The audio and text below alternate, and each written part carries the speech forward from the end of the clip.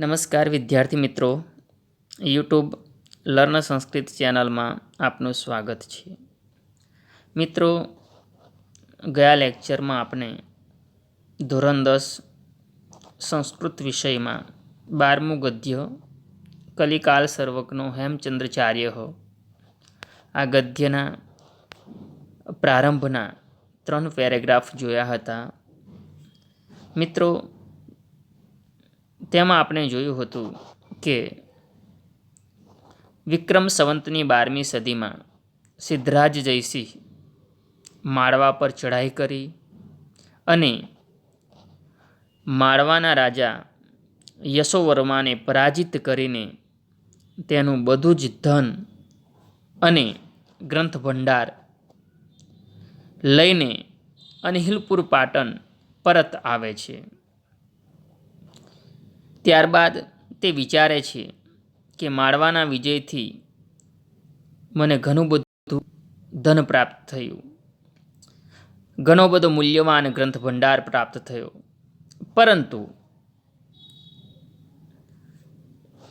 જેવી રાજા ભોજની કીર્તિ છે તેવી કીર્તિ મને પ્રાપ્ત થઈ નથી.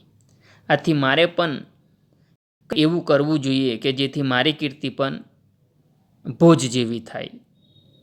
આમ વિચારીને તે હેમચંદ્રાચાર્યને નિવેદન કરે છે કે હે આચાર્ય મહાશય, તમે પણ ભોજ વ્યાકરણ જેવા વ્યાકરણની રચના કરો કે જેથી તમારી અને મારી કીર્તિ અમર બની જાય. મિત્રો, ત્યાં સુધી આપણે જોયું હતું. ત્યારબાદ આગળનો પેરેગ્રાફ જોઈએ.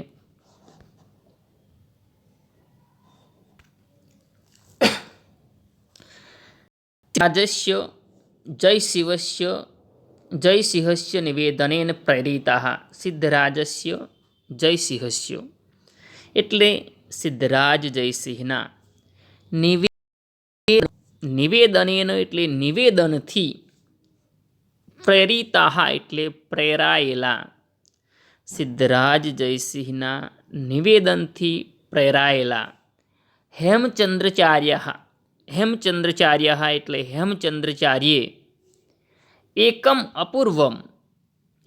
અપૂર્વમ એટલે એક અપૂર્વ વ્યાકરણ ગ્રંથમ એટલે વ્યાકરણ ગ્રંથની રચિતવંત રચના કરી. સિદ્ધરાજ જયસિંહના નિવેદનથી પ્રેરાયેલા હેમચંદ્રાચાર્યે એક અપૂર્વ વ્યાકરણ ગ્રંથની રચના કરી. સહ તે સિદ્ધહેમ વ્યાકરણમ એટલે સિદ્ધહેમ વ્યાકરણ નામના એટલે નામથી પ્રસિદ્ધ અસ્તિ પ્રસિદ્ધ છે. તે સિદ્ધહેમ વ્યાકરણના નામથી પ્રસિદ્ધ છે. અસ્મિન એટલે આ ગ્રંથમાં અષ્ટો અધ્યાયા સંતિ એટલે 8 અધ્યાય છે. આ ગ્રંથમાં 8 અધ્યાય છે. તેશું તેમાં પ્રારંભિકેશુ એટલે પ્રારંભના શરૂઆતના ષટસુ અધ્યાયેશુ એટલે 6 અધ્યાયેશુ એટલે અધ્યાયમાં સંસ્કૃત ભાષાયા એટલે સંસ્કૃત ભાષામાં અને અંતિમયો એટલે અંતિમ, દ્રયો એટલે 2, અધ્યાયયો એટલે અધ્યાયમાં, અંતિમ 2 અધ્યાયમાં પ્રાકૃત ભાષાનામ એટલે પ્રાકૃત ભાષામાં, પ્રાદેશિક ભાષામાં વ્યાકરણમ અપી અસ્તિ એટલે વ્યાકરણ પણ છે. મિત્રો, ફરી એકવાર સમગ્ર પેરેગ્રાફનો અનુવાદ જોઈએ. સિદ્ધરાજ જયસિંહના નિવેદનથી પ્રેરાયેલા હેમચંદ્રાચાર્યે એક અપૂર્વ વ્યાકરણ ગ્રંથની રચના કરી. તે સિદ્ધહેમ વ્યાકરણના નામથી પ્રસિદ્ધ છે. આ ગ્રંથમાં 8 અધ્યાય છે. તેમાં શરૂઆતના 6 અધ્યાયમાં સંસ્કૃત ભાષામાં અને અંતિમ 2 અધ્યાયમાં પ્રાકૃત કૌંસમાં લખીશું પ્રાદેશિક ભાષામાં વ્યાકરણ પણ છે. ઓકે મિત્રો, ત્યારબાદ આગળનો પેરેગ્રાફ જોઈએ. હેમચંદ્રાચાર્ય એટલે હેમચંદ્રાચાર્ય લક્ષ શ્લોકમ પરિમિતમ એટલે 1,00,000 જેટલા શ્લોકમાં સાહિત્યમ એટલે સાહિત્યની વિરચિતમ અસ્તિ રચના કરી છે. મિત્રો આ બાબત ખાસ ધ્યાન રાખજો. હેમચંદ્રાચાર્યે 1,00,000 જેટલા શ્લોકમાં સાહિત્યની રચના કરી છે. અસ્મિન સાહિત્યે આ સાહિત્યમાં અભિધાન ચિંતામણી એટલે અભિધાન ચિંતામણી નામક એટલે નામનો કોશ ગ્રંથ એટલે શબ્દકોશ.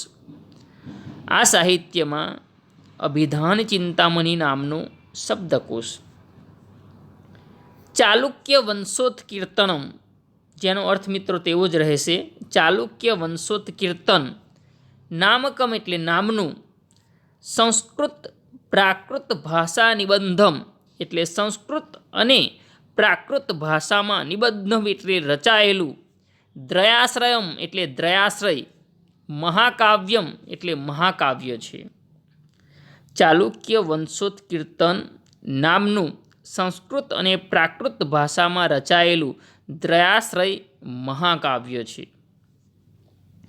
કાવ્યાનુશાસનમ એટલે કાવ્યાનુશાસન નામક એટલે નામનો અલંકાર શાસ્ત્રીય ગ્રંથ એટલે અલંકાર શાસ્ત્રનો ગ્રંથ અને છંદોનું શાસન એટલે છંદોનું શાસન ઇત્યાદિનામ એટલે વગેરે બહુનામ એટલે ઘણા બધા ગ્રંથાનામ એટલે ગ્રંથોનો સમાવેશો ભવતી સમાવેશ થાય છે. મિત્રો ફરી એકવાર આપણે સમગ્ર પેરેગ્રાફનો અનુવાદ જોઈએ. હેમચંદ્રાચાર્યે 1,00,000 જેટલા શ્લોકમાં સાહિત્યની રચના કરી છે. આ સાહિત્યમાં અભિધાન ચિંતામણી નામનો શબ્દકોશ, ચાલુક્ય વંશોત્કીર્તનમ નામનું સંસ્કૃત અને પ્રાકૃત ભાષામાં રચાયેલું દ્રયાશ્રય મહાકાવ્ય છે. કાવ્યાનું શાસન નામનો અલંકાર શાસ્ત્રનો ગ્રંથ અને છંદોનું શાસન વગેરે ઘણા બધા ગ્રંથોનો સમાવેશ થાય છે.